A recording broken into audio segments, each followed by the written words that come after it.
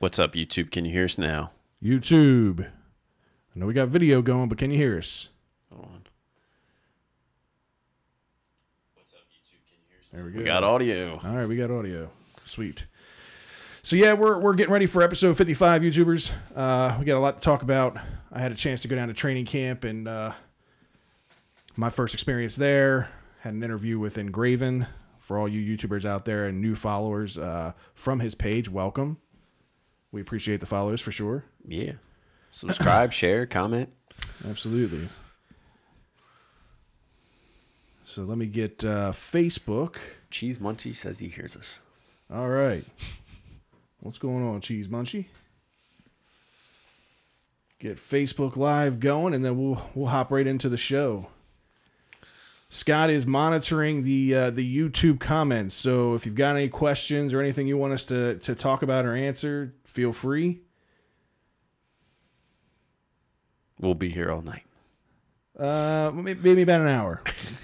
Hour 15 seems to be like the going thing with our show. All right, let me get Facebook up and running.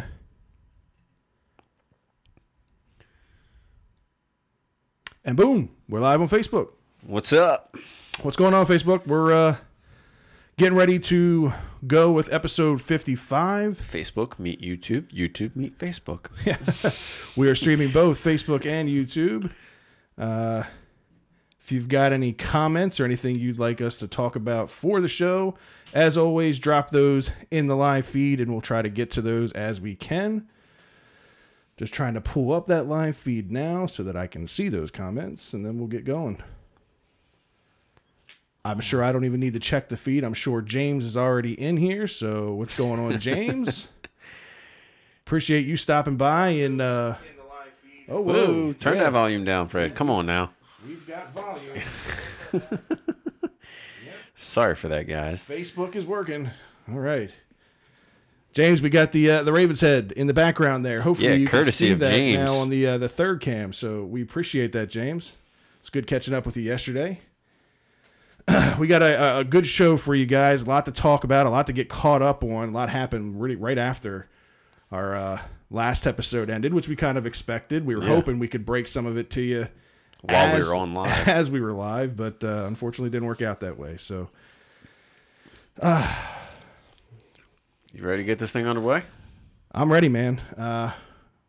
Whenever you are. Let's go. All right.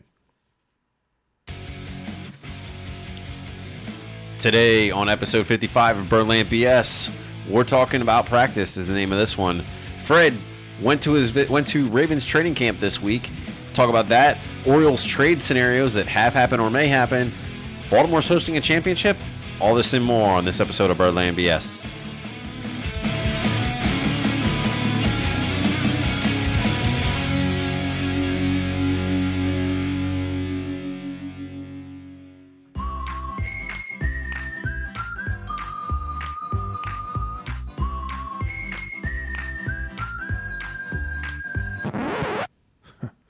You thought we'd start the show off like that?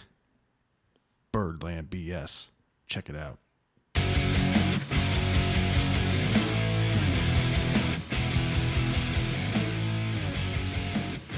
What's up, BSers? This is Fred and Scott here. Episode 55, July 24th, 2018. And Fred, we're talking about practice. Not a game. Not a game. We're talking about practice. We're talking about practice. That's right. We're going to be talking practice. Fred got the chance to go down to Ravens training camp this past week. Had a great time down there. Met up with a YouTuber that we know, Ingraven. We're going to talk about him a little bit. Yeah. You're going to talk about all your experiences, everything you saw down there. We're going to talk a little bit about the Orioles trade scenarios. Had a lot happen with the Orioles right after our last show with the All-Star game. We anticipated it, like we said. I think it didn't go as quite as I planned, but we're going to get into that later. Yeah. We have a Baltimore team that's hosting a championship this week. Yes, sir. We're going to touch on it. Just not, we're not going to get too in-depth on it, but we're going to touch on it. And the 2-minute warning, as always, is back. Of course. And as we go through, please, comment with the live feed. Let us know if there's anything you want to talk about. If you want to get your opinion in on something that we are talking about, be sure share this. Get it out there. You guys, I have to give props to our fans because we hit, and I get chills talking about it because it's kind of cool. Most views we've had up until last week was right around 360, 370 on the live feed. Through Facebook. And last week, our episode when we went off air had over 330 views, and by the end of the week, we had almost 700. Yeah. Pretty impressive. So we appreciate you guys tuning in every week. We appreciate each and every one of you that takes the time to share the post.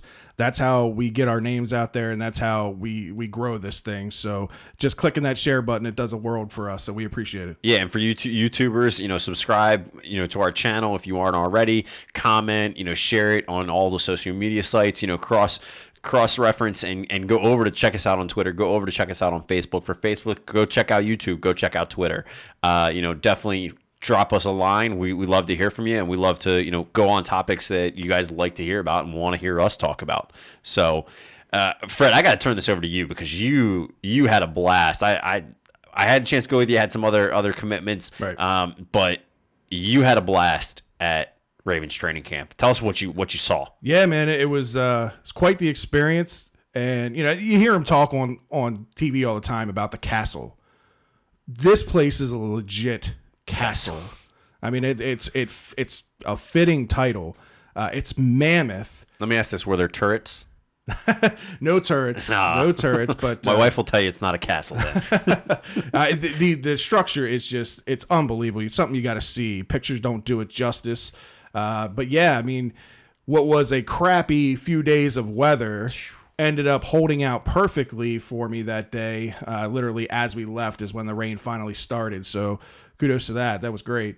But yeah, I mean, I got to go to Ravens training camp on Sunday. As you had mentioned, a fellow YouTuber and a fellow Ravens fan, Ingraven. Follow him on YouTube at Ingraven Vids. This guy's a huge Ravens fan, another guy that posts content all day long about the Ravens. He's a man of the people, answer any questions that you may have. Really, really down to earth, really nice guy. I got a chance to hang out with him for a little bit while I was at training camp. And him and I, afterwards, we got a chance to do an interview and just kind of talk a little bit about our experiences and what we saw down there. So I'll be kind of getting into that in a little bit here. He came up from Florida too, didn't he? I mean, this is a diehard. He lives in Florida and came up for this. So he's only been to the Ravens games. He's been to one Raven game here in Baltimore, but he goes to anytime the Ravens are down in Miami and the Ravens are playing the Dolphins. So nice. This was his first experience with training camp. So it was cool to hang out with him, and what turned out to be a crappy situation for him ended up actually being a really cool thing. So he came up for the open house training camp Saturday that was going to be at the stadium. Unfortunately, that got rained out. So his trip, he thought, was kind of scratched. He put a post that he was bummed about it on Twitter. The Ravens reached out to him, sent him some passes for Sunday, and obviously he had a great time on Sunday, and that made up for it. So heck yeah, man! I mean, he was wasn't he like on his way? Like he didn't find out until he got here, but it was like posted like on his way here or something like that. Yeah. Yeah, exactly. It's crazy. I mean, and that's all. Kudos to the Ravens for that. I mean, that tells you that they do pay attention to social media. They do pay attention to the fans. Right. Ingraven, while he's on social media, while he's on YouTube, he is a fan first and foremost, and they treated him well. Yeah, absolutely. It was really cool. So I'm gonna hop right into it. Look, you got to understand this. You got to preference this. It's one practice. I got to see one practice, so I'm just giving you some information based on what I saw in one practice, so you take with that what you want from it. I guess that's why we're talking about practice. Yeah, I mean, at the end of the day, it's... At the end of the day, it's football. Right? It's what it is. Thanks, Michael. What is it again? It's at the end of the day, it's football. Right, it's football. That's right, Mike. So, yeah, we had a lot of fun. Michael Crabtree, if you haven't seen that interview, go check it out. Yeah, it's kind of cool how they have it broken down, right? So they have multiple fields there at the Castle, right? They've got one that's a defensive field, one that's kind of a special teams field where they're doing their kicks and their punts and their returns, and then they've got an offensive field. And the way it's laid out is they've got bleachers set up for each field, so you can kind of pick and choose where you want to go and sit, and you can move around freely as you want. So of course, the biggest crowd sitting at the offensive field, kind of where we wanted to be as well, because that's where all the excitement was. I wanted to see how Joe looked, how Lamar looked, how the offense looked, how a lot of the wide receivers, the new guys, all looked. Now, I will say this. There were a lot of veterans that weren't present for practice. They gave them the day off. No Tony Jefferson, no Eric Weddle, no Brandon Williams. And it's some of the veteran receivers, even the new guys. So the top three, you've got Crabtree, John Brown, and Willie Snead. They were there for about half the practice, and then I think they might have gone indoors to do some, like weight training and that kind of stuff. Right. But either way, I did get a chance to kind of see everything. And I guess we'll start with what everybody wants to know, and that's the quarterback play. For me, we'll start with Flacco. Definitely the best passer, pure passer out of the four quarterbacks there. What you would expect. What you would expect. He throws the cleanest ball. He definitely leads his receivers better than any of the quarterbacks that are there, which is surprising to me. That was something that I've always kind of harped on Flacco about, is his ability to actually hit receivers in stride. On practice, he had absolutely no problem with that. But I think the biggest takeaway for me that I saw with Flacco, and surprisingly enough, was his mobility. And I don't mean that in the sense that he's going to be the next Steve Young or he's going to be the next Mike Vick or any kind of thing. But obviously the last couple of years he's been hampered with some injuries. Obviously last year having the back injury, and he's had the knee injury and all that kind of stuff. So for a few years, he's been scared to roll out of that pocket. He's been scared to roll out of the pocket, and he's been limited to really be able to move around. He's become more and more of a statue in that pocket. And I think with the offense kind of gearing more around, the mobility side of the quarterbacks, with Lamar and with RG3 and everything, I think that Flacco's kind of adapted to that, which has been good, because I saw a lot of plays from him where he was able to get out of the pocket and extend plays, which is huge. I mean, in years past, that's either Flacco throwing the ball away or that's Flacco taking a sack. Right. One or the other, or an emergency dump down to a running back. Something. Those were the three options. Then he hits if he's lucky. Right, exactly. And I was able to see him kind of get out of the pocket and move around a little bit, extend the plays, and then throw the ball downfield. So I was really, really encouraged with what I saw out of Flacco. Lamar Jackson, I think with him, I think we're getting a little bit ahead of the curve with him as far as expectations go. You can see the potential in this kid. He's a firecracker as far as his speed goes and his ability his agility. I heard he can turn it on and turn it off whenever he needs to. Make him break. Absolutely, and he can break one off with his feet at any given time. What I saw that needs some work on is his footwork. They were working on him with his three-step drop. You can see that that's something that he's not real accustomed to. It's not something that he's real comfortable with. Right, exactly. So they've been putting in some extra work with him on that. His throws were a little bit elevated. And that comes with time. That just comes with repetition. Again, this was the first. It's also getting used to a different ball too, by the way. Yeah, and this was the first full pads practice. So again, take this for what it is. Right. This is just what I saw that day. Now, some people, and if you pay attention to social networking and whatnot, you'll see a lot of people say, well, every highlight I see of him and every throw that I see of him, it's wobbly, and he's not throwing a tight spiral and things. Peyton Manning threw probably one of the ugliest balls I've ever seen. He never, very rarely threw a spiral, and that guy made it okay in the NFL, I'd say. Just a little. I mean, he was subpar. So he doesn't have a problem getting the ball to the receiver at all. Yeah, it might not look the prettiest at all. Flacco throws a damn pretty ball, but pretty balls only get you so far in the NFL. You know what I mean? You got to be able to do multiple things. But I will say a pretty ball gets you into a tighter spot. It can. Meaning, when you have those wobbly balls, it's greater likelihood for it to be tipped, for it to be knocked away. Right. When it's those tight spirals like Joe can throw and can hit the guy in the letters like he does with those bullets, it's a different thing because it's harder to tip a tight ball. Right. Much harder to tip a tight ball. Real easy to tip a wobbly ball because you got, a football's what? 10.5 inches, something like that. Something like that. If it's wobbly like that, you might be lucky and have the whole 10.5 inches to be able to knock that thing out. Right. If not, you've got about 4.5 inches, I think, is the diameter of a football. Not a lot of space there. Right. No, I agree. But at the end of the day, the balls got where they were supposed to. The only real problems I saw out of Lamar was being able to drop back and look comfortable. It looked almost forced. You could tell he was working on it, that he was still developing it. Right. He's got a little ways to go with that. But did he do any like awkward step back or was it a decent clean 3-step, or was it like he wasn't sure, like, shit, I stepped back with my right? It just didn't look natural. That's the best way to describe it. It wasn't like he was fumbling over his feet or anything like that. It just didn't look comfortable for him. It looked like something that he wasn't used to doing, and that's, again, these are easy things to work on. And this was the first full practice in pads. He'll get better with that over time. But let's not jump the gun with let's have Lamar starting day one or anything. I'll tell you what, that, national media has been all over that. That's what they're. Oh. Yeah, and the national media, it's ridiculous. That's what they want. They want the superstar. They want the popular guy that everybody wants to hear and wants to talk about. Nobody wants to talk about Flacco because, let's face it, Flacco is just kind of boring. But right.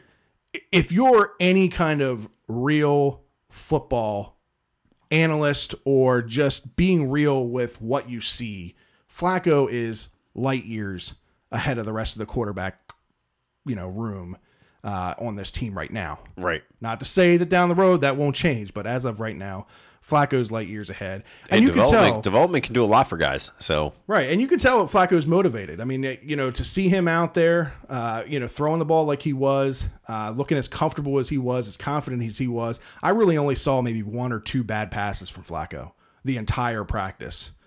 So it was very, very encouraging. RG3, obviously, he's the other guy we've kind of been up and down with. Are they going to carry 3 quarterbacks? Are they not? I've been kind of the advocate to think that they are going to end up carrying 3 quarterbacks, and this just kind of solidified it for me more. He took a lot of reps at practice, looked damn good, looked really good again at getting out of the pocket and extending plays with his feet, and also was getting rid of the ball when he should, versus early on in his career hanging on to the ball too long. Now that we'll see how that translates to games, and if he can still do the same type of thing in games. Practice is totally different in games. Well, we've talked about that too. He was brought in. At this point, I think it's solidified. Right. And anybody that doesn't believe this, I don't know how to convince you. I would say go look at what Fred saw.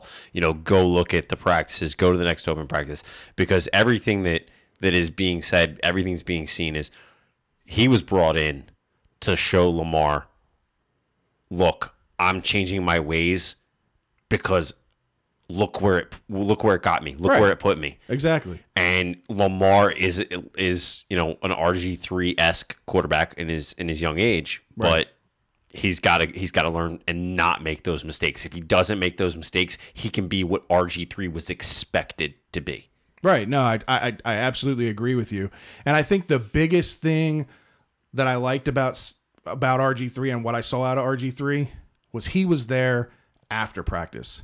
After the whistles blew, after they did their huddles and they all kind of broke out, and some of the guys went into the locker room, some of them went over and signed autographs for the kids and things of that nature. He took 2 of the receivers.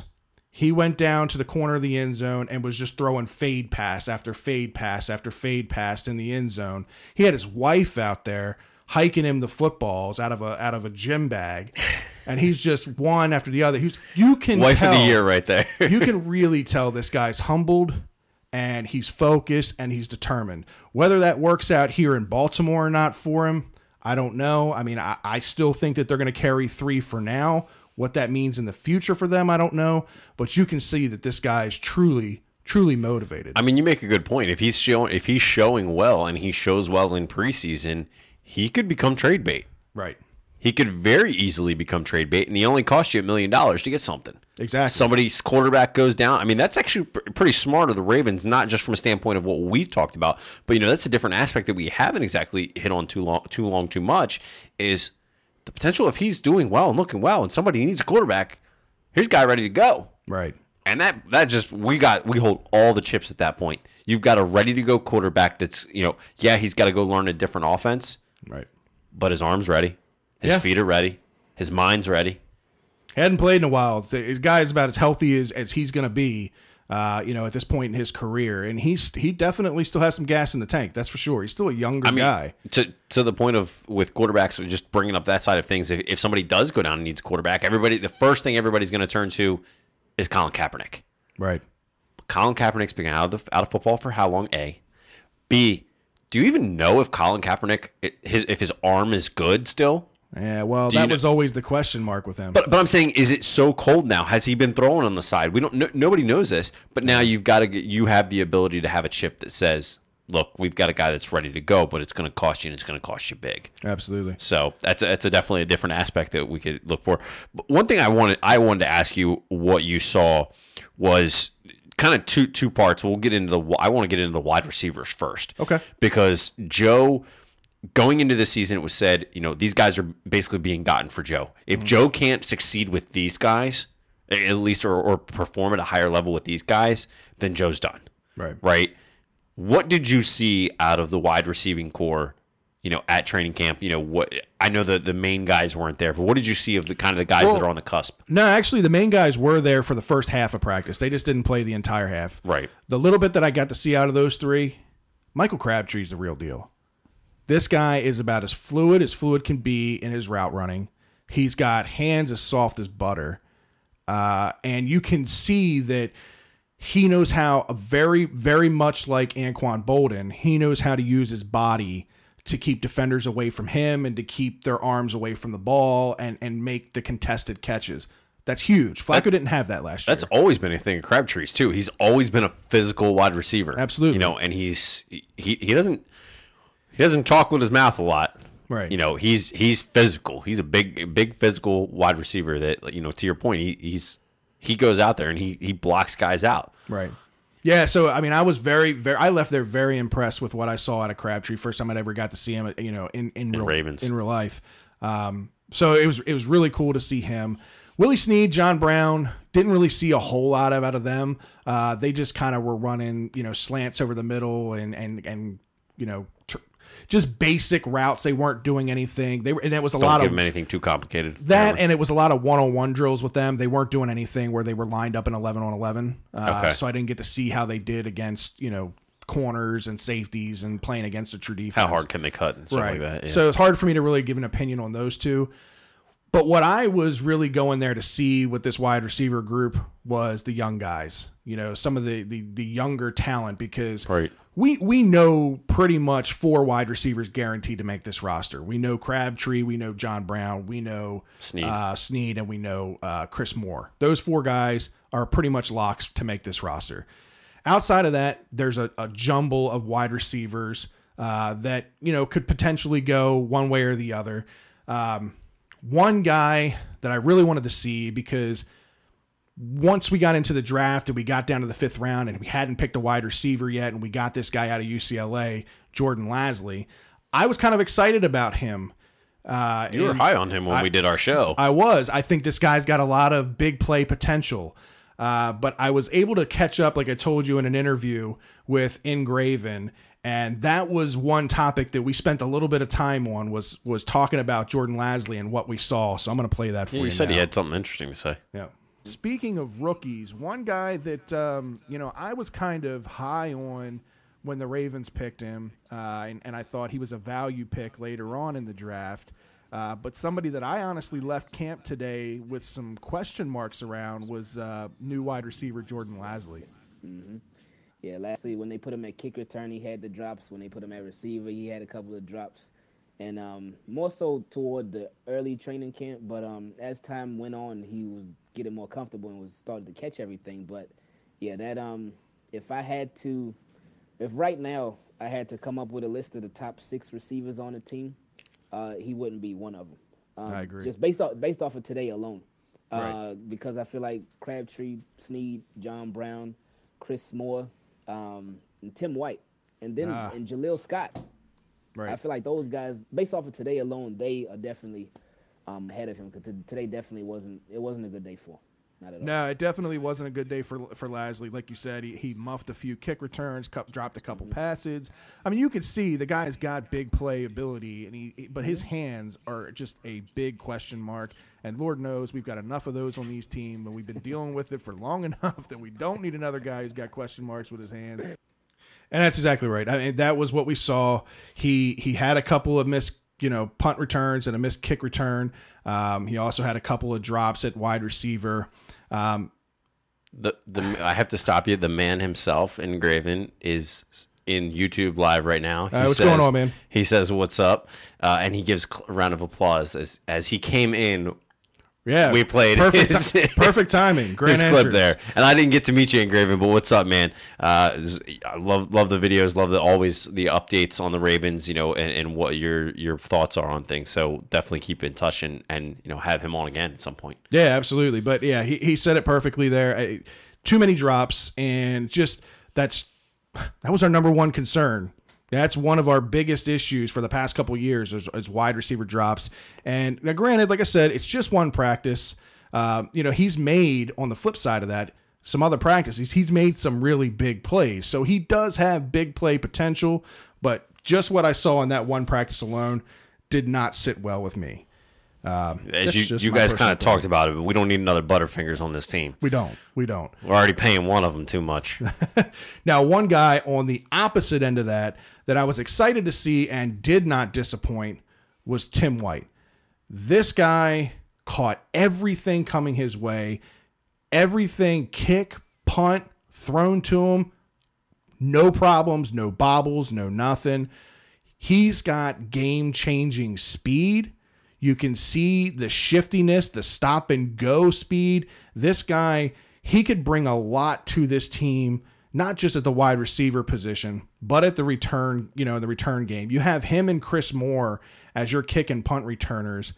That's a pretty exciting return crew, in my opinion. Yeah, no. I think personally, if Tim White doesn't make this roster, he's going to make an NFL roster somewhere else, and we're going to sorely be upset if we don't have him on our team. That's just my opinion. I would agree. We have a question from Jack the King, who says, "Would you say Perryman or Lasley as number 7?" Oh, all day long I'll take Lasley. We know what we have in Brashad Perryman. They're talking about maybe throwing him out on special teams now just to try to kind of salvage a first-round pick. The Ravens have a lot of pride in their draft picks, unfortunately, especially a first-round pick like that. So I don't think they want to give up on him. They just paid him the $600,000 roster bonus. It was like $650, I think. Exactly. So they don't want to give up on him. But if I had my choice in the matter, I'll take Lasley all day long. I just think his big play potential is there, and we have seen flashes of it. So hopefully, some of this drop passes and things of that nature, just kind of some of the yips maybe early on in camp and getting used to the new football. Again, like you had mentioned earlier, a college football and NFL football are a little bit different. So we know what we have in Perryman. We don't know what we have in Lasley, so I'll take Lasley all day long. Yeah, I would definitely agree with that. The other rookie wide receiver that I was there to see, Jaleel Scott. This guy, super tall, super lanky kid. I mean, his arms hung down to darn near his kneecaps. Super long arms. Caught everything thrown his way. You can see that he can get open. The problem with it is if a corner kind of bodies him up, he has a little bit of trouble getting away from a corner. But again, that's just technique, and those things can be learned. He's coming from a small school where I'm sure he had no problem with getting away from some of the corners at a smaller college. This is the NFL. This is the best of the best. These are the fastest guys in the world that are playing out here, and some of the best corners that he's ever going to face. Right. So it's gonna be an adjustment period for him. But I really did like what I saw. Ingraven and I were talking about some comparisons to some older wide receivers, Clarence Moore and Tommy Streeter. Similar in stature, hopefully better in production. But yeah, I did like what I saw in Jaleel Scott for sure. We've got some potential breaking news, Fred. All right, what do we got? This is 11 minutes ago. We have two people commenting between James and Joe. Zach Britton to the New York Yankees. Okay. Well, if that's true, Bleacher Report has Yankees to acquire two-time All-Star Zach Britton, per John Heyman. Okay. Well, John Heyman, I mean, he's a pretty reliable source. I wouldn't say that he'd go out on a limb without knowing for sure. That's good. I'd like to see what that package is. We've talked about in the past with Machado possibly going to the Yankees that the Yankees have a loaded farm system. So I'd be excited to see what we get for Britton. So we'll pick up on that conversation a little bit later. In a little bit. Yeah. Let's get this Ravens wrapped up. I think one of the other big question marks for me at training camp that I really wanted to see was the offensive line and how the offensive line was going to look, because I'm excited. I'm excited about the offensive line potential, getting back a Marshall Yanda, getting back an Alex Lewis, bringing in the rookie, Orlando Brown. This, to me, if everybody stays healthy, could potentially be one of the best offensive lines that the Ravens have had in a very, very long time. So I'm excited about it. Unfortunately, at camp, a lot of the starters weren't there. Obviously, Yanda's out. He's still on the PUP list. They're just being cautious with him. Ronnie Stanley wasn't there for practice. So I didn't get to see the entire offensive line, starters. And that worried me because, some of the backups that were playing had a hard time stopping some of the defenders. So not a lot of depth on the offensive line. That scares me a little bit. Jack asks, would you put Orlando Brown as a starter at this point? I would. Absolutely at this point. That was one of the things that I looked at most because, first of all, this guy is ginormous. He's huge. I mean, yes, offensive linemen are big, but this guy is just, if you cannot miss him on the field. I mean, he's just head and heels above everybody else, just overall size. But his footwork was really, really impressive, and you can see he's got a lot of upper body strength behind him. So he did really well with keeping people off the edge. It was on the left side of the line where they struggled. They had Illuminora out there at left tackle.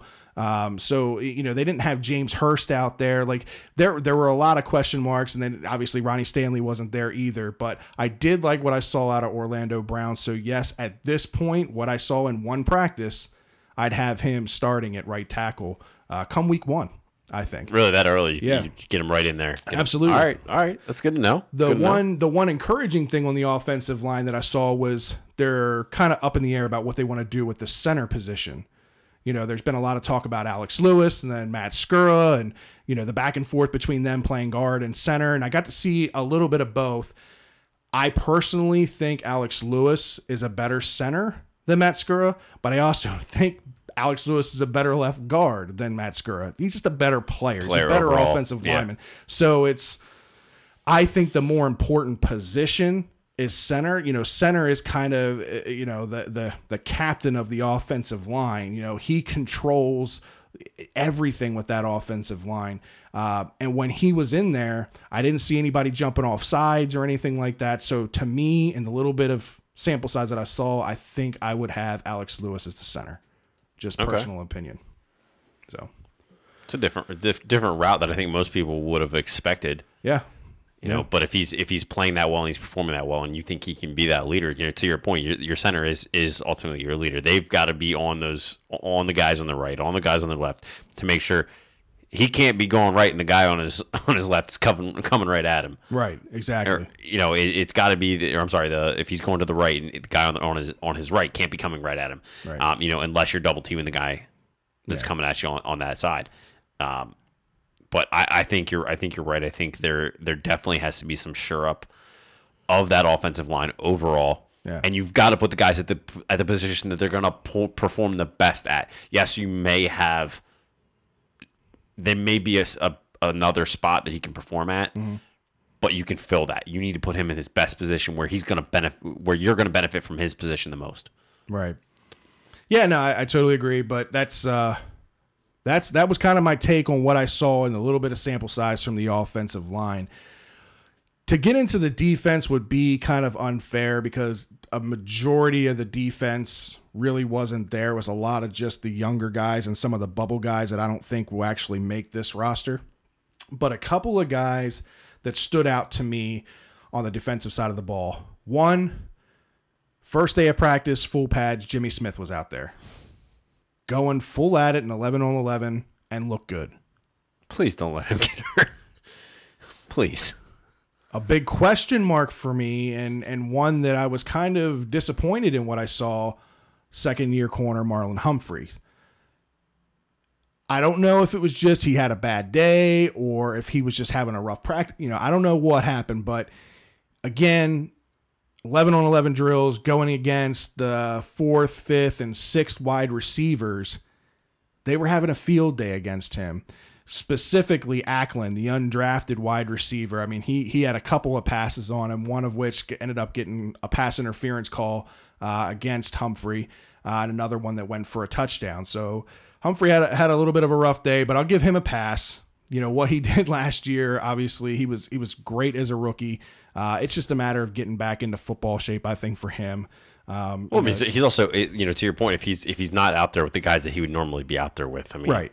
You're going to be playing yourself a little bit differently. You're going to be working a little bit different. But that's also, shows his potential adaptability as well, right. On the defensive side of the ball.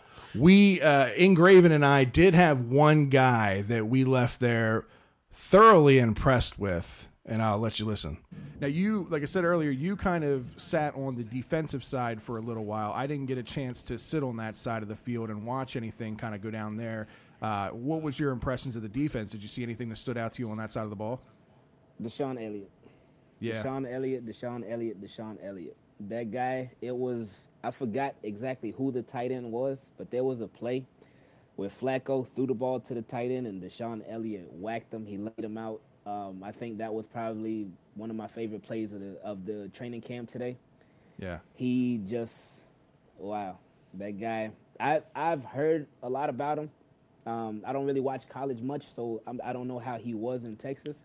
But I've heard a lot of good things about him, and I know a lot of people were surprised that we got him in the 5th round, that he was still there in the 5th round. Right. So at first, when I first heard that, because I heard it from a lot of Ravens fans, so I thought, okay, maybe they're just, it's because they might be drinking purple Kool-Aid or whatever. But seeing him today, I know it's just one practice, but at the same time, just seeing him today and the fact that he gave all of that effort in practice, man. I'm excited for him. I know he won't get too much playing time, especially as a starter, because we got Weddle and Jefferson, which I'm not complaining about. Right. But he's gonna be great depth, man. Yeah, and I mean, you mentioned Weddle and you mentioned Jefferson. He's got 2 seasoned veterans that he can kind of learn behind, take a year or two to kind of develop, because I saw the exact same plays. There were actually 2 plays that he made. Both of them were kind of across the middle. He couldn't help himself but to lay the guy out. Now, Harbaugh did pull him aside and kind of talk to him a little bit. I don't know if you saw that or not. But yeah, I heard about that. And I remember on the second one where he hit the guy on the second one, he kind of put his hands up like, oh, I didn't mean to do it.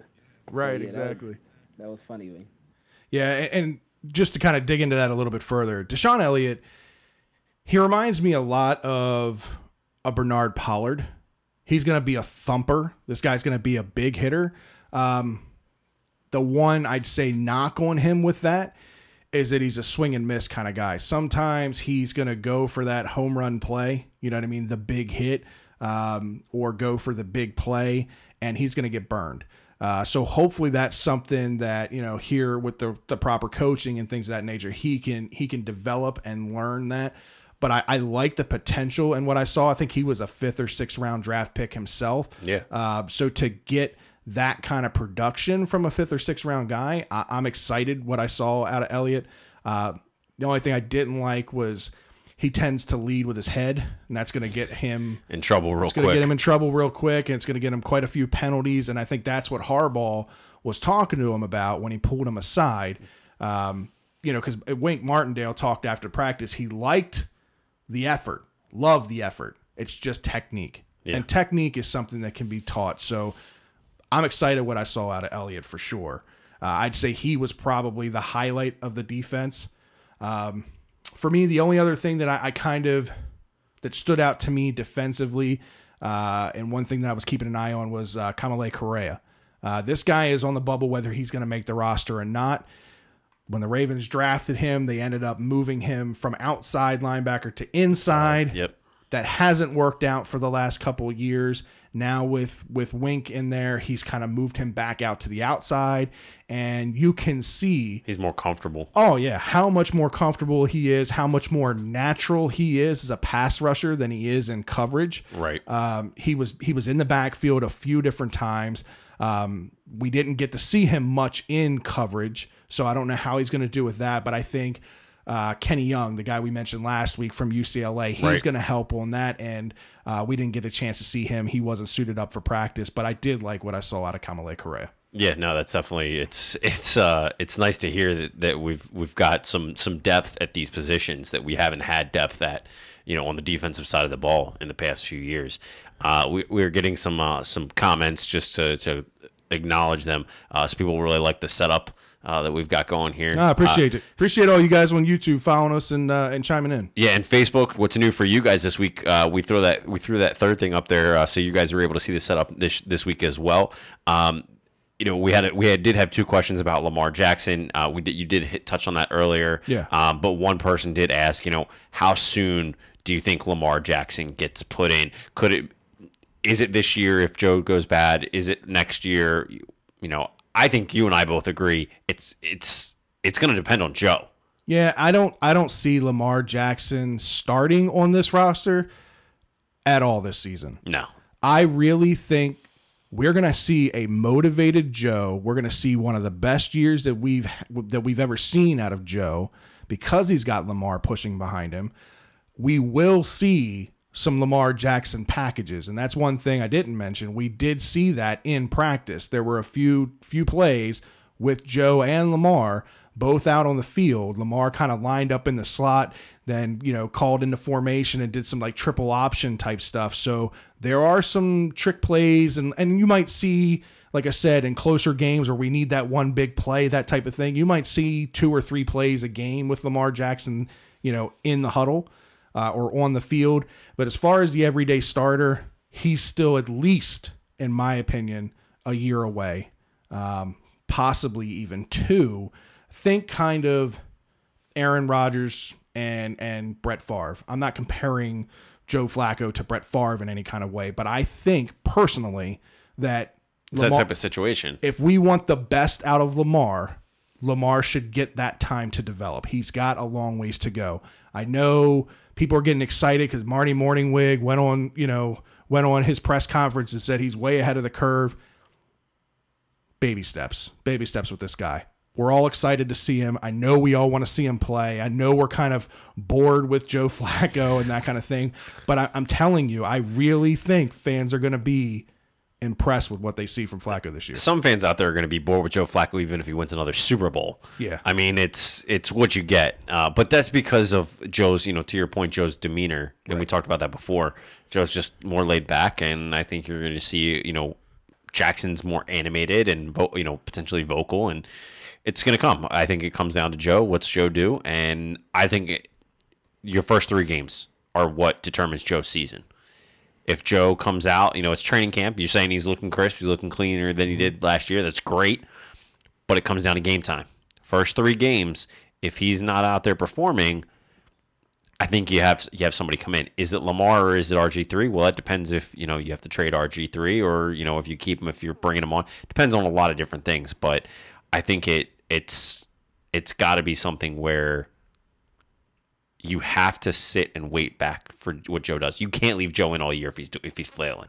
Right. If Joe fails 2 out of the first 3 games, your fan base is going to start dropping off, especially if you don't do anything game 4. There's nothing stopping the fans from clamoring for Lamar Jackson week 1. I don't care. Joe Flacco goes out there and throws 4 touchdowns and 400 yards. People are still going to be clamoring for Lamar Jackson just because of what he brings and the excitement that he brings. But pump the brakes a little bit on Lamar. He's ours. He's not going anywhere. Right. Just let him learn, let him develop. He's got some things he's got to work on, and I think that'll pay dividends in the future. Exactly.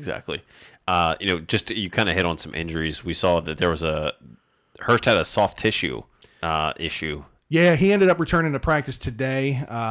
He was kind of limited in practice. They let him go out there for a little while. They pulled him off the field with like 45 minutes left to go in practice. But that was, some people thought, oh no, he re-injured it. No, that was planned that way.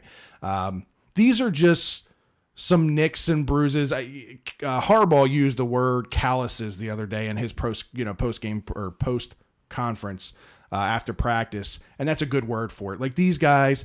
They're getting back out. They're getting into football shape. They got to toughen up a little bit. And the NFL is a lot more demanding practice-wise than college football. Yeah. So there's some things that these guys, the rookies, are going through bumps and bruises wise.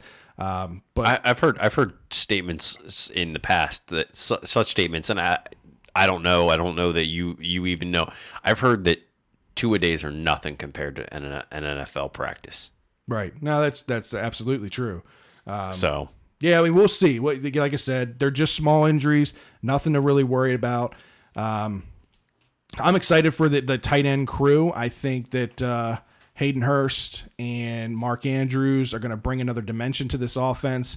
And I think if anything, they're going to be pushing Max Williams and Nick Boyle week 1 for playing time.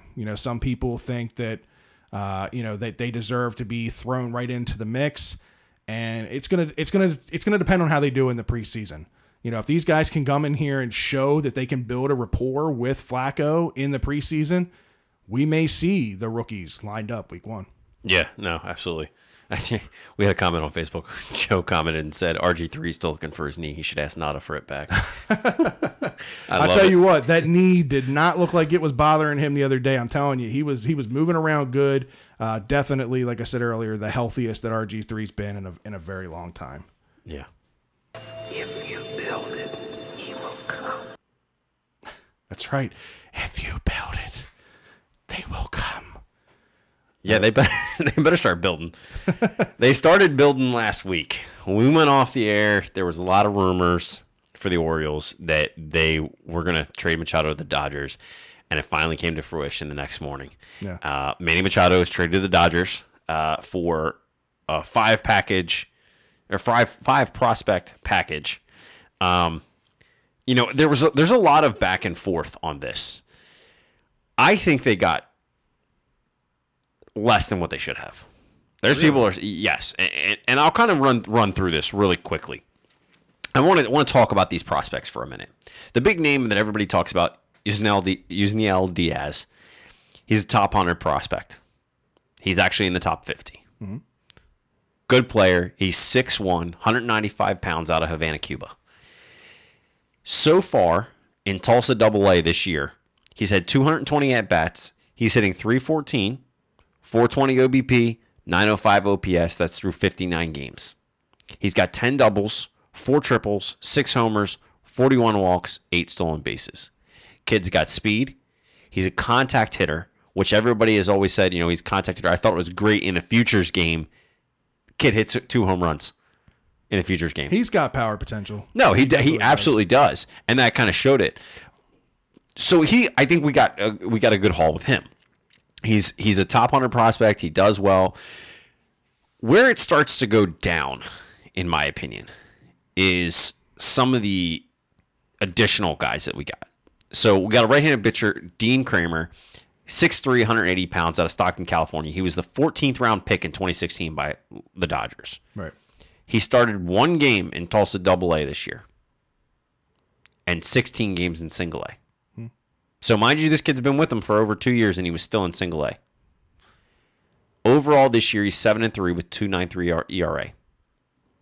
Okay. He's got 1 complete game. He's got a 1.15 whip.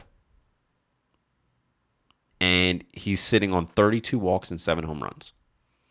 32 walks is a lot. Yeah. I agree. 2.93, okay. Sub 3. I'll take it. But that's in AA so far. I'm sorry, scratch that. That's mostly in Single A. He's starting in AA. He's only had one game at Double A. So we've got to see where this takes him. That's a huge question mark to me. Because you watch these pitchers especially go from single A to Double A. That makes or breaks a guy. Right. So to know that we got a single A guy, I'm not happy about it. Zach Pop, right-handed pitcher, 6'4", 220 out of Ontario, Canada. He was their 7th round pick in 2017. He's pitched 30 games in single A for 43 and a third innings, 7 saves. He has a 0-3 record, a 1.66 ERA, and a .97 WHIP. Again, a single A pitcher. Yeah, but everything about that was good other than the 0-3. Everything statistically. Oh, no, and he's you can clearly show with the 7 saves that they're using him on the latter half. But again, this is a single A pitcher. Yeah. There's still a lot of question marks around single A pitchers. 2017 draft pick. So he's still young. He's still young. I give him a little bit more of a pass. Ryan Bannon, he's third baseman, 5'10", 180, 8th round pick by the Dodgers in 2017. He's batting .298 with a 404 OBP, 972 OPS in 91 games and 342 at bats. He's got 17 doubles, 3 triples, 21 home runs, 6 walks, 103 Ks. This is a guy. This is where I think they did get a good haul from. Think Dan Ugla. Yeah. Very short in stature, stocky guy, good pop. I mean, 21 home runs and a good eye at 60 walks. Yeah, exactly.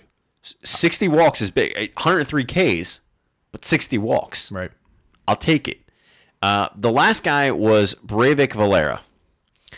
This is the guy I was not happy that was involved in this I trade. think he was just a throw-in. He was I'd rather you give me your worst MLB player. Salary-wise, no, not this year. I disagree with that just because we're not going anywhere this year. We're not going anywhere probably for the next 2 to 3 years as we go through this rebuild process. Why take on a Logan Forsythe or why take on any kind of salary when this team already has a ton of salary that they have no way of getting rid of? Yeah, you're trying to dump it. Right. But so Breivik, he's batting .284 with a 350 OBP, 783 OPS, and 201 at bats through 56 games. This kid made his MLB debut in September 5th, 2017 for the Cardinals. He had 10 at-bats through 5 games. He batted 100. Yeah, 10 at-bats, small sample size. 1 hit, 1 walk. Right. For the Dodgers this year, 20 games, 29 at-bats, batting 172 with 5 hits. Yeah, like I said, I think he was probably just a throw-in piece. If the Orioles said we want 5 prospects, that was the 5th guy that they just kind of threw in. I really don't think that one there is going to turn out to be anything. I think they did pretty darn good with this haul, in my opinion, and I'll preference why. So we've talked about this many a times over. Manny Machado is a rental. At the end of this year, there's no guarantees that he's going to re-sign with the Dodgers. So this is an all-in move for the Dodgers to try to win a World Series this year. To get a top 100 prospect for a 2.5 month rental just by itself, just Diaz by itself, is a pretty darn good move for the Orioles. Getting some of these other prospects, the 2 pitchers, I like some of what I've seen so far, statistic-wise, from those 2 pitchers. I think Pop, I think he's got a little deception in his delivery, the little bit that I've seen from him. He seems to get a lot of people to swing and miss. Some control issues there that he needs to work on, but that's, again, part of just development. He's still early on, in his minor league process. But the kid Bannon, you mentioned him. I think that was kind of the steal piece of the entire thing, that I think you may see 3 potential major leaguers out of this deal, one of which could be a perennial all-star in Diaz. And I think Bannon may even have all-star potential to him. Maybe not perennial all-star, but I think that he may have all-star potential in him down the road. Yeah, no, I think there is potential. I guess when I look at this trade, I don't see Diaz. Diaz was a double A guy when we got him. He hasn't even been playing in AAA. Hold on a second. Joe mentioned Dan Ugla, 125 batting average. Oh my God. Okay, I'm talking Dan Ugla Size-wise. Yeah, size-wise, pop-wise, not average-wise. He was a smaller stature guy, but had a decent amount of pop. And actually, he played pretty good in his years when he was in Florida. Yeah, he did. But no, I guess for me, I would have expected to have a guy that was major league ready. For a Manny Machado, that could be the guy that gets you. You just went down a shortstop, a third baseman, and an outfielder. Yeah. For the Dodgers. We gave you the best shortstop-ish in baseball. Definitely the best third baseman. Guess where he got moved to? Yeah, it was injury stuff with Justin Turner. Doesn't matter. Yeah, no, I know. They said you're more important at third base than shortstop. Yeah, and that's what they said. He accepted that. He obliged. But I guess that's my point is he went to a team that, has the ability that this could get them over the edge. To win that World Series, to get them to the ring that they've been looking for. So I think it's a game that you have to play and you have to say, I need some guys that are ready or closer to ready. Right. We didn't get any guy that was in their farm system that was a AAA baller. No, but you know what? We've seen guys make the jump from AA to the majors, especially from the Orioles organization. Diaz is only 21 years old, and he's not far away. Right. I wouldn't be surprised if we saw him as a September call-up later in this year just to kind of get his feet wet at the major league level to see how he does, and kind of Buck can do his evaluation process, a little bit early with him. He's not far away at all. No. The other prospects, yes. Other prospects still a year or two away, but I don't think he's far away. But I'm also, I thought that there was the potential to grab a guy that was more major league ready, that was plug and play type ready. Right. Maybe a guy that you want to bring up as a Dodger, but you just can't right now because those positions are all filled. Right. You lose it, but at the same time, you're gaining the guy that's going to put you over the hump. Speaking of other trade rumors, there's been a lot of rumors floating around.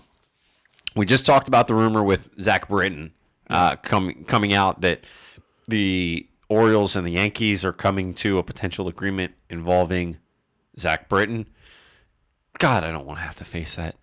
You know what? I'm okay with it, though. Like I said, if you're a realist, we're 2 or 3 years away from competing anyway. And if you're going to get your best package from the Yankees, you make that deal. Oh, no. I'm not saying that. What I'm saying is I don't want to have to face their damn bullpen. Their bullpen's going to look sick now. Yeah, their bullpen's going to be ridiculous. But yeah, I mean, like I said, before we started the podcast, nothing had been official yet. The Yankees, even the Dodgers were still in the mix, because their farm system's really not depleted. They still have a pretty deep farm system. We had not as good as I would like it to be. No, we had heard some things about the Astros as well being front runners for Britton, and the Astros are loaded at the minor league system. So I was kind of hoping that the Yankees and the Astros would get into a bidding war, because if they're going against each other, that's a lot of really good prospect potential. So I'm interested to see what the Yankees are sending our way. I am too, but you know who I wanted to see him go to? I wanted to see him go to the Braves. Quick rundown. The Braves had just had their closer, Vizcaino, go on the DL. The Braves have 6. Let me repeat that. 6 of the top, not 100, but of the top 50 prospects in baseball, according to MLB.com. That's pretty good. Yeah. Those include Mike Soroka, who's a starting pitcher. Yep. Third baseman Austin Riley. Soroka's number 14 on that list. Riley's 49. Kyle Wright at 25. Go look at a picture of Kyle Wright. He looks like Zach Greinke. I mean, douchebag. Zach Greinke looks like a douchebag to me. Not douchebag Zach Greinke. Like Zach Greinke of old, where he looked young and innocent, and he had the smile as he was pitching. Did you ever see that? Did you ever see him get called out for that? Yeah. Or he always used to get called out for smiling as he was doing it. Surfer look to him. Did you see James' comment? No. James just asked, "Are you doing security night?" I am. We're getting so popular, James, that I've got to beat them away with a stick now. So sun's out, guns out for me. Anyway, they have the best out of everybody. Dodgers have nobody anymore on the top 100 prospect list. The Astros have 2. They have an outfielder in the top 50. They have outfielder Kyle Tucker and right-handed pitcher Forrest Whitley, both of which who I've heard are really great because both of them are in the top 10. Both of them are cracking the top 10. So that's another spot. The Phillies have Sixto Sanchez. Gonna interrupt you real quick. So Christy just messaged us and said that there's 3 prospects. Is the word right now coming back from the Yankees? They should have named which those 3 were, but 3. So that's hopefully a pretty good haul for Zach Britton. That would be nice. I'd like it. I'd take it. I'd take it that all day long. I mean, it sucks that they've used up all the good prospects of theirs. Yeah. And I don't know who said it. I saw it. The messages went too quick. Somebody had asked, are we done with these 4A players like the I think that was Joe. I think I saw that come Valencia and Gentry type players. I've been saying the same thing for weeks, really months now. I'm tired of seeing these guys. I've been wanting to see the Cedric Mullins of the world, get Austin Hayes back and healthy and get him up here. Some of these younger guys that just need to go through their bumps and bruises at the major league level and need to learn. This team can't get any worse than it already is.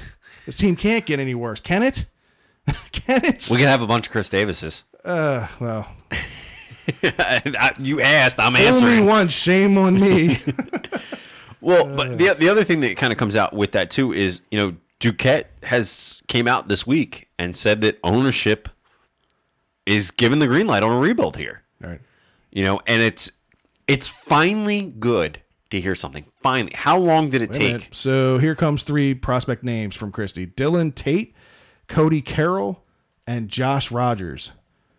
So we'll have to take some. I don't know those names off the top of my head. I was hoping you'd throw in a Sheffield in there because Sheffield was the one guy I was really hoping would be in that package. But Tate's apparently headlining that deal. Okay, all right. So we'll have to see about that. Yeah, well, appreciate the information, Christy. Yeah, so I mean, it's the green light is good to hear. The future could be bright for the Orioles if this works out properly, and if they, if you're getting 3 prospects for Britton, awesome. Now you got to get rid of Jones. Yeah, and the market for Jones is starting to kind of dwindle down. I think the one team that we might end up seeing him go to that seems for me is kind of the perfect fit for Jones would be Cleveland. I think Cleveland has a need for an outfielder, and if you really want to give a guy a chance at making a World Series run, which, like I said before, kind of owe it to the guy. In the American League, I think we give that to the Cleveland Indians. Yeah, I mean they have a huge need, not just for an outfielder right now, but an outfielder with a bat. Lonnie Chisenhall is now out 10 weeks. Yeah. Bradley Zimmer's been struggling. Brandon Geyer has been non-existent of himself of what we're used to. And Rajay Davis, which is a name that everybody probably should know, because a few years ago he was a top guy. He's not doing well. So they don't have any guys that are outfielders that are solid hitters. You could use an Adam Jones right now because guess what Adam Jones is doing? He's hitting the ball. Right. And I think you have to go after it. And the Braves, coming back to that whole thing that I talked about with Britton, they've got 6 of the top 50 prospects. Right. For Adam Jones, even if it's just for a year, get me 1 in the top 50. Maybe 2, and I'd be happy. For Adam, I don't think you're going to see that kind of return. Adam, I think 1. I think you can ask for 1 in the top 50. I'd be happy if they got a top 100 prospect for Adam Jones. I don't think that that's realistic at his age, honestly. I don't know. I mean, like I said, the biggest trade piece that Cleveland had was the catcher, Mejia. Can't think of his. I'm not real sure his last name. But he was just traded away. So they don't really have a ton of prospects down there that really excite me. But just, again, positioning-wise, for a team that really needs someone like Adam Jones, there's not very many teams out there that are clamoring for him. I just think Cleveland would be the right fit. Yeah, I think I need to at least see 1. Like I said, if you're going the top 100, if these guys are 50 to 100, I think you got to ask for at least 2. That's fair. If not 3. I really think if they're in the top 100, if they're 50 to 100, you got to ask for 3 for Adam Jones because he's hot right now, and you have a need. They have a need. What other team is willing to give away a hot hitting outfielder right now?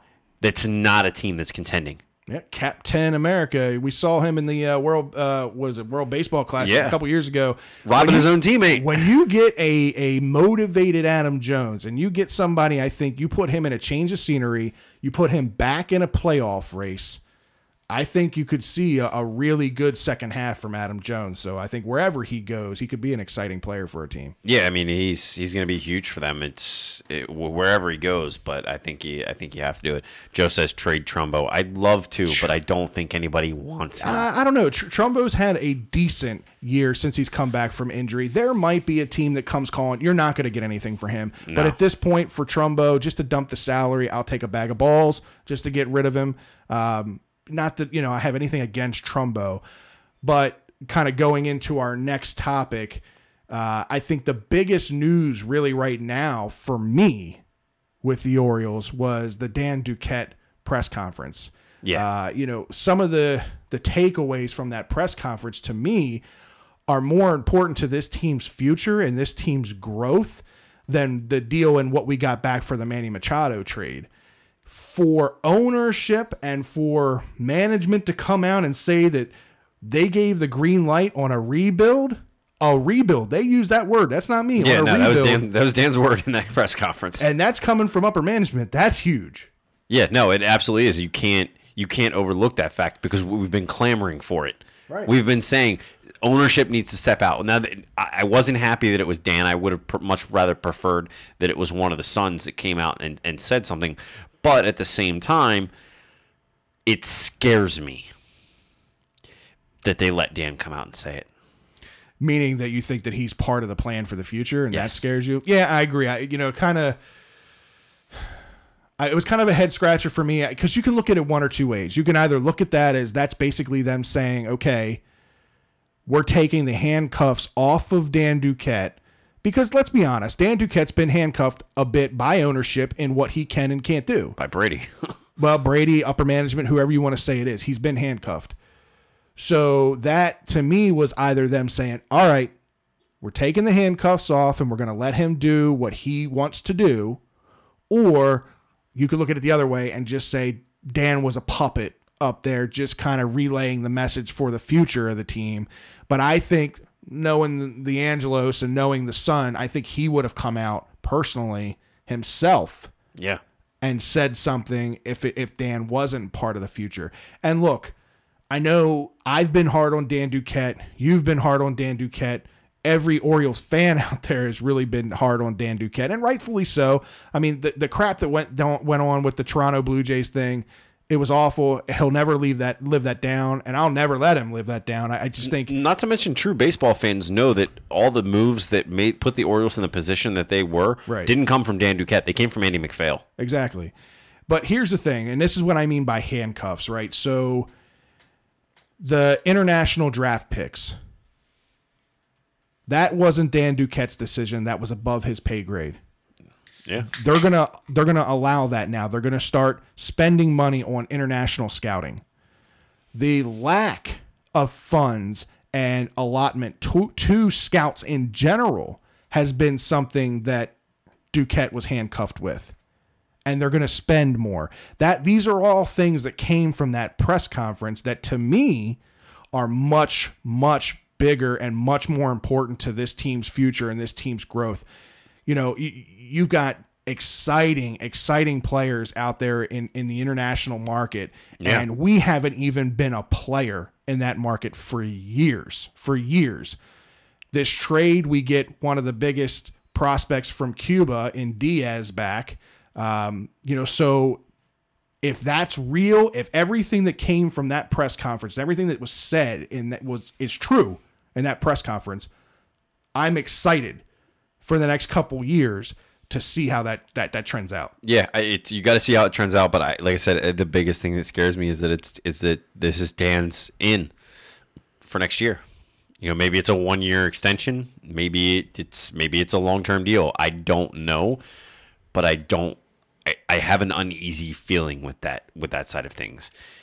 I don't think, as much as I was clamoring for him to go and we need to clean house, I still kind of feel that way, but I won't be as upset now if Dan Duquette is retained, only because they're allowing him a little bit more freedom to do those things. Now, we give him a short leash, a year or two to make some changes and to get the ship righted in the right direction, using the money to spend on scouts, using the money and the draft picks for international draft picks and things of that nature. And if we don't see an improvement, well, yeah, then we need to see a change. Yeah, no, you have to see a change, but in my opinion, you have to see a change by the end of the year.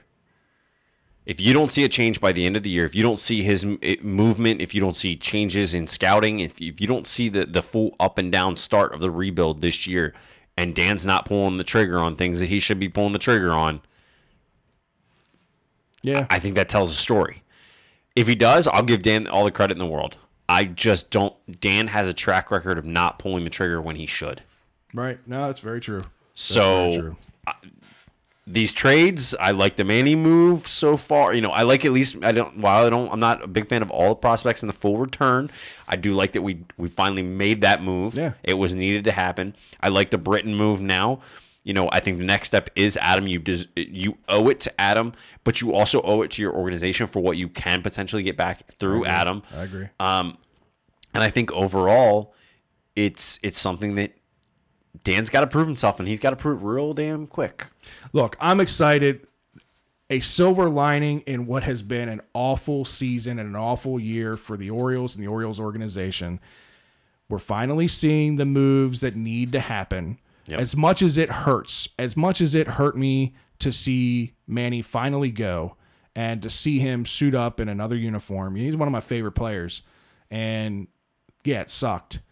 But ultimately, it's for the best for this franchise. We knew we weren't going to be keeping him. We knew we weren't going to be signing him. So get the most that you can get for him. I think they waited too long, but they ended up getting some pretty good prospects considering. And then, like I said, as far as what we might be getting back in this Britton trade and what we might be getting back in some of these other trades, I'm starting to see some positive, and like I said, what was a very, very rough season. Yeah, no, absolutely. Speaking of other silver linings, here in Baltimore, the Baltimore Brigade are hosting the Arena Bowl this year. They beat the Washington Valor. Or they beat the Empire. Soul. Jesus, I'm like all over it. Come on now. They beat the Soul 53-41 at home in Game 2 this past week to advance to the finals. They are playing the Washington Valor. Yes, that's the same Washington Valor that we talked about before that had the worst record in the league. Mind you, the league is only 4 teams. The Valor actually came out. They had a 1 point. The Empire had a 1 point lead against the Valor, and the Valor wound up beating them 40-7 to 40. It's just that aggregate score thing. Right. They split games, but the one team, because they beat them by 7 points instead, and the Empire only beat them by 1 point in the previous game. Right. They get they get it. On.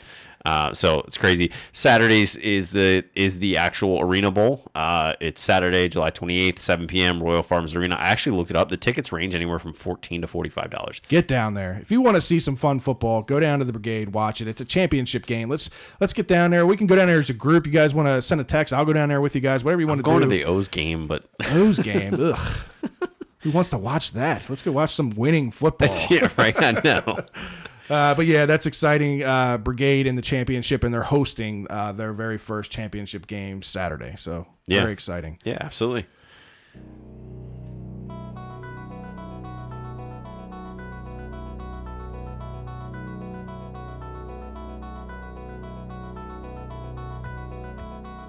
And now it's time for the 2-minute warning.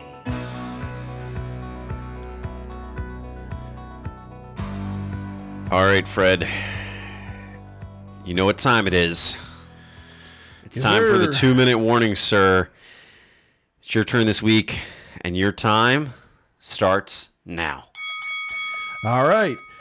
Francisco Molinari won the 147th Open at the Carnoustie with an 8 under par Tiger actually led in the major on Sunday. First time in 9 years that he's led a major, but then abruptly lost it with a bad swing. Ended up finishing tied for 6th at 5 under. It's his best finish in a while. Kevin Love signed a 4-year, $120 million extension with the Cavaliers. He's going to earn $24.1 million next season prior to the extension kicking in. Sounds like he should be sending some flowers and some cookies to LeBron and the Lakers. Yeah. Julio Jones claiming he's going to hold out of Falcons camp when it starts on Thursday and is insisting that his contract be reworked. Falcons have said they're not going to rework it. If Jones follows through, he could be fined up to $40,000 for each day missed. Jeez. It's huge. Breaking news, Todd Gurley and the Rams have reached an agreement on a 4-year, $60 million extension with $45 million guaranteed. Yes, you hear that right, $45 million guaranteed. But wait, there's more. Adam Schefter was reportedly told by his source that Gurley will also receive a $20 million signing bonus. It's the largest per-year average for any running back. Can only imagine what Zeke Elliott, David Johnson, and one Le'Veon Bell might be thinking these days. Patriots are rumored to be shopping third-year wide receiver Malcolm Mitchell, who's coming off knee injury that had him out all of last year. He had 5 catches for 63 yards in the second half of Super Bowl 41. So it might be an interesting prospect out there, wide receiver, for people to keep an eye out on. Des Bryant, he came out and stated that he just wanted to be with a contender next season. At this point, your options are pretty limited.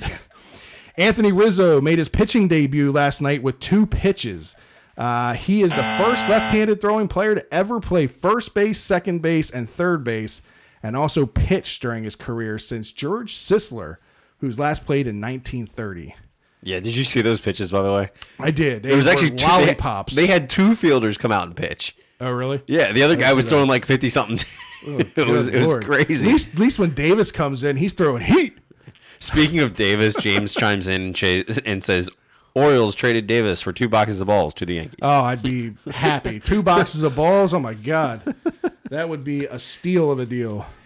It's more than Davis has right now. Yeah, right? Man. So that's a good show. Yeah. Well, I have to bring up the one that you didn't get to, the last one that we didn't get to on the 2-minute warning. Hey, go for it. Dwayne Wade was offered 3 years and $25 million to play in China next year. That's wild. The Heat can't even. The Heat are at 5.3 is the max that they can give him due to the salary cap, which is crazy just to think that who the hell's on that team that you can only spend $5.3 million. Like, I don't know anybody else on the team. Like, anybody. 36 years old. I'd be tempted if I was Dwayne Wade, but he's made a lot of money in his NBA career. It's just a comfort thing. Miami's his home. He may just, who knows? He may call it a career. Yeah, I don't know, Fred. You're 36. You think you gonna call it a career? Hey, look, 36 years old. You don't want me out on an NBA basketball court. Yeah, that's another story. We're not gonna get into that. No, I was asking if you were gonna call it quits and retire. You're getting old. Yeah. A long way to go before I can start collecting retirement, unfortunately. You and me both, brother. All right, man. Well, yeah, so for those that are tuned in that are a part of the Birdland BS Fantasy Football League that we've been talking about, when we go off the air, stay tuned. We are going to be doing the live draft order in just a few minutes. So, as always, check us out on all the websites. Everything from, go ahead. All of our social media sites, Twitter, Facebook, Instagram, YouTube. Subscribe to all those, like, comment, share. You know, we want to hear from you. This is for you. So we want to hear what you got to say. Check us out on our website on www.birdlandbs.com. Check out all the gear that's there. You can go get yourself a shirt, Under Armour shirt. You can get a hat. You can get, kind of anything you want, especially hoodies. You know, we're getting everything out there. You can find the audio podcast on iTunes, Apple Podcasts, Google Podcasts, Spotify, Podbean, the TuneIn app, and Stitcher. Be sure to subscribe to all those. Take a listen. You can, if you leave in some of those, you can also comment as well. So thanks for tuning in. As always, for Birdland BS, I'm Scott. I'm Fred. See you guys. We'll see you guys.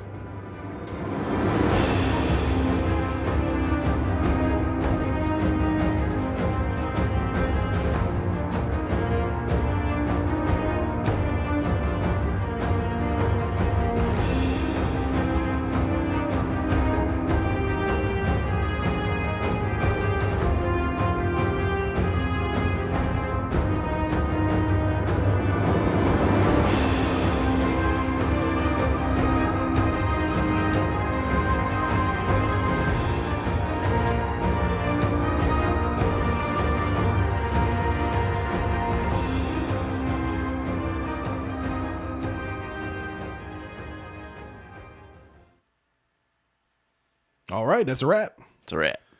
For you YouTubers out there, look, we appreciate all the interaction today on the show. YouTube is kind of new for us, so we're starting to grow that channel. Anything that you guys can do for us as far as sharing this video, we greatly appreciate it. Absolutely. Come back and any kind of comments you guys have, we really appreciate that, and we like to interact with you guys. So yeah, we're here every week, 8:45 every week. Sometimes we might go a little early depending on schedules and things like that, but we're always 8:30, 8:45. You can tune in, hit your little bell so you get your little alerts. But we appreciate the feedback, and stay tuned for future shows. So, yes, sir. Thanks, guys. You guys have a good one on YouTube. All right, appreciate it.